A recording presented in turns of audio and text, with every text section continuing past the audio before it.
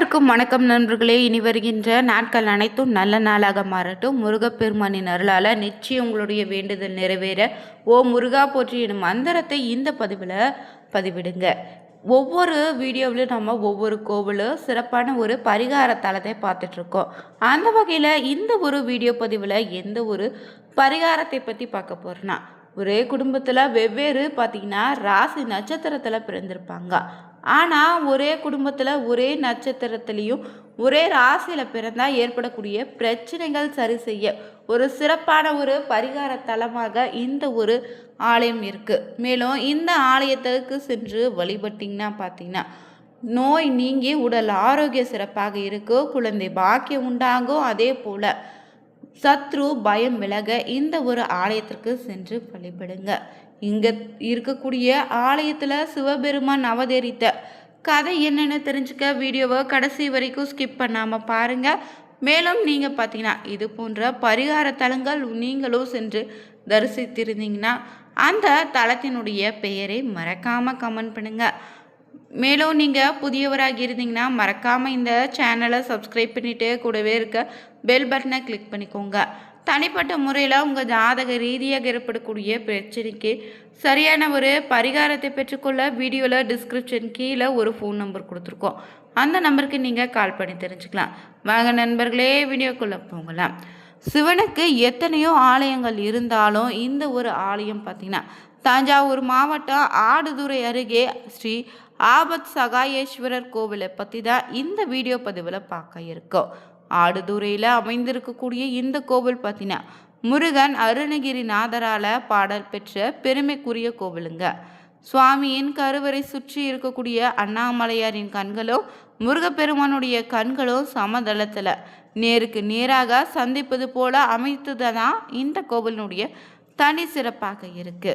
மேலும் இந்த ஒரு ஆலயம் பார்த்தீங்கன்னா தேவார பாடல் பெற்ற சிவத்தலங்களில் காவேரியின் தென்கரையில் அமைந்திருக்கு 31வது தலம்னே சொல்லலாம் இந்த ஆடுதுறை தலங்க. கும்பகோணம் மயிலாடுதுறை பேருந்து மார்க்கம் மற்றும் ரயில் மார்க்கம் மூலம் ஆடுதுறைக்கு செல்ல முடியும். இங்கு பார்த்தீங்கன்னா திருஞான சம்பந்தரும் திருநாவுக்கரசர் மாணிக்கவாசகர் அருணகிரிநாதர்னே வள்ளலார் போன்றவர்கள் பாடப்பெற்ற பெருமைக்குரிய ஆலயமாக இந்த ஒரு ஆலயம் இருக்கு.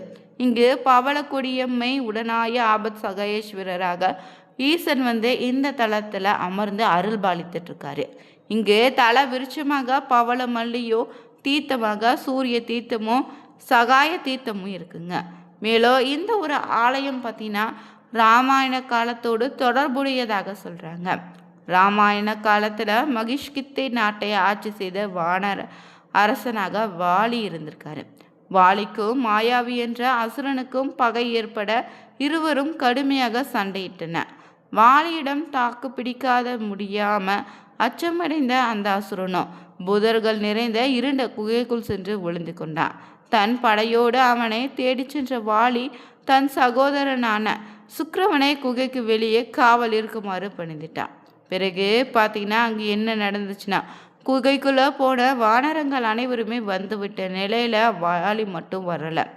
ஓராண்டு கடந்துடுச்சு. எனவே வாலி கொல்லப்பட்டிருக்கலான்னு எண்ணிட்டு சுக்கிரவன் தவறாக புரிந்து கொண்டு எங்கே மாயாவி வெளியே வந்து விடுவானோன்னு அச்சத்திலேயோ குகையினுடைய வாசலை ஒரு பெரிய பாறையால் மூடிட்டார்.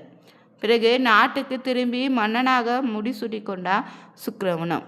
இந்த நிலையில் அசுரனை கொன்றுவிட்டு வாலி திரும்பிய போது குகை மூடியிருப்பதை கண்டு ரொம்ப அதிர்ச்சி அடைகிறாரு. ஒரு வழியாக போராடி அந்த வெளியே வந்த கிஷ்கிந்தையை அடைந்த போது சுக்கிரவன் அரசாட்சியில் இருப்பதை பார்த்ததும் வாலிக்கு ரொம்ப கோபமும் உண்டானுச்சு. பிறகு குகை வாசலை மூடிவிட்டு அரசை தந்திரமாக கைப்பற்றியதாக சுக்கிரவன் மீது பார்த்தீங்கன்னா குற்றம் சாட்டி அவனை நாட்டை விட்டு வெளியேற்றி விட்டாரு வாலியம். தன் தவறை அனுமானத்தால் அண்ணனுக்கு தீங்கி இழைந்து விட்டதாக கருதிய சுக்கிரவனோ அதற்கு பரிகார தேடியும் வாலியால் தனக்கு ஆபத்து ஏற்படாமல் இருக்கவோ சிவபெருமானை வேண்டியிருக்காரு. உடனே சுக்கிரவனை அன்னப்பறவையாக உருமாற்றி வாலியிடமிருந்து காப்பாற்றியதோடு மட்டும் இல்லை, ஆடுதுறைக்கு சென்று வழிபடுங்கன்னு அருளிருக்காரு ஈசனும்.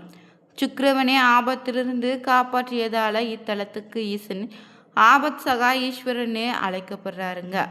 இதுதாங்க இந்த தலத்தினுடைய சிறப்புக்கு காரணமாக இருக்கு. இதே போல ஒருமுறை நாரதர் ஆகாய வழியாக சென்று கொண்டிருந்தாராம். ஒரு இடத்துல அனுமன் இருப்பதை கண்டு கீழே இறங்கி வந்திருக்காரு. அனுமன் ராமனை துதிப்பதில் தன்னையே மறைந்திருந்ததால நாரதர் வருவதை கவனிக்கல.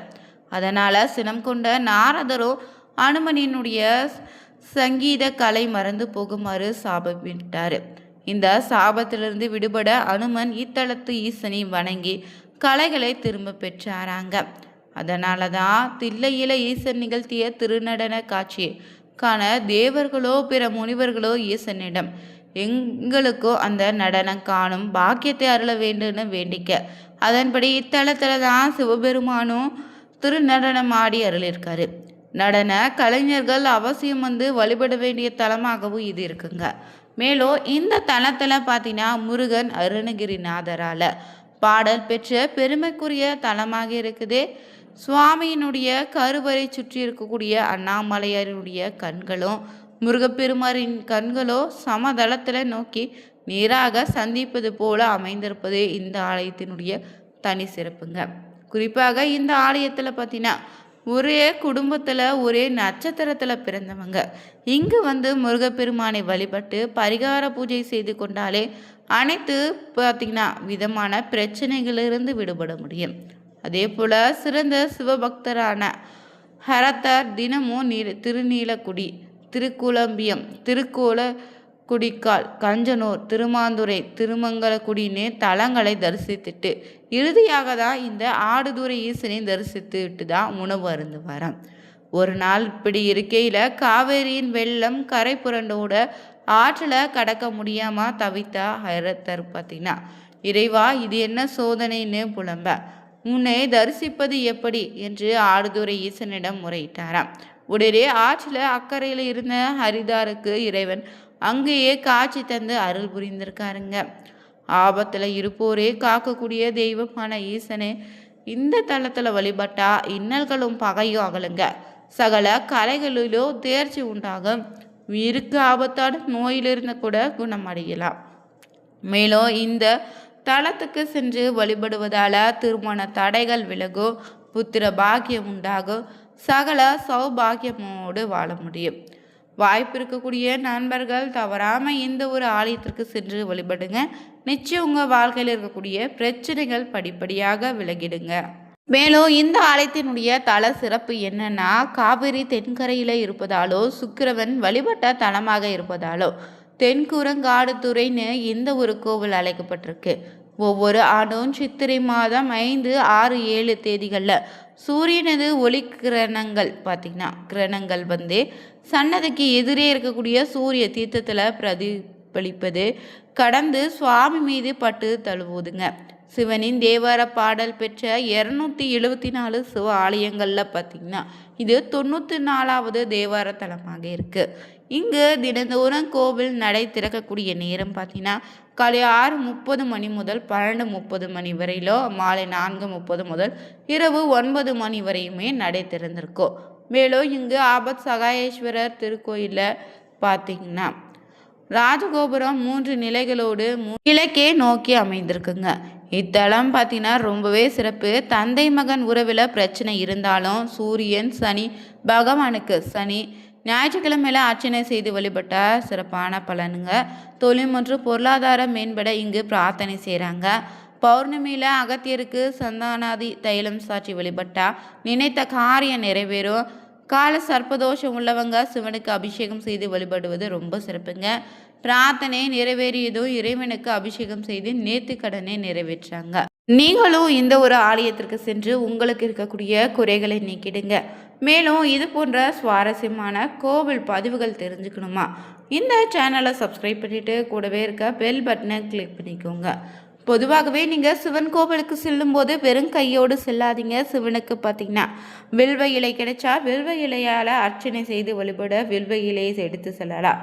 அதே போல் சிவன் கோவிலுக்கு சென்றவுடன் கொடிக்கம்பத்தின் அருகே நின்று வணங்கிய பிறகு பெண்களாக இருந்தீங்கன்னா பஞ்சாங்க நமஸ்காரமோ, ஆண்களாக இருந்தீங்கன்னா அஷ்டாக நமஸ்காரமும் செய்த பிறகு விநாயகருக்கு தோப்பு கரணம் இட்ட பிறகு உள்ளே சென்று நந்தி தேவரிடம் அனுமதி பெற்ற பிறகுதாங்க கருவறைக்கு சென்று சிவபெருமானை தரிசிக்கணும்.